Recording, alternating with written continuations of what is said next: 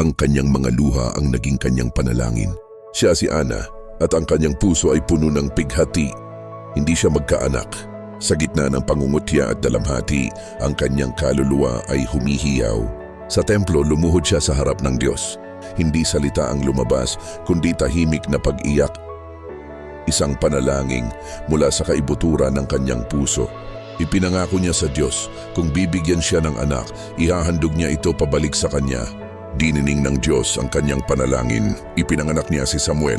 Sa gitna ng kagalakan, tinupad niya ang kanyang pangako at inialay ang kanyang anak sa paglilingkod sa Panginoon. Sinabi niya, "Ipinanalangin ko ang batang ito at ipinagkaloob sa akin ng Panginoon ang aking hiningi sa kanya." Ang kwento ni Ana ay nagpapatunay na dinirinig ng Diyos kahit ang pinakatahimik na iyak ng ating mga puso. Huwag kalimutang mag-subscribe para sa iba pang kwentong tulad nito.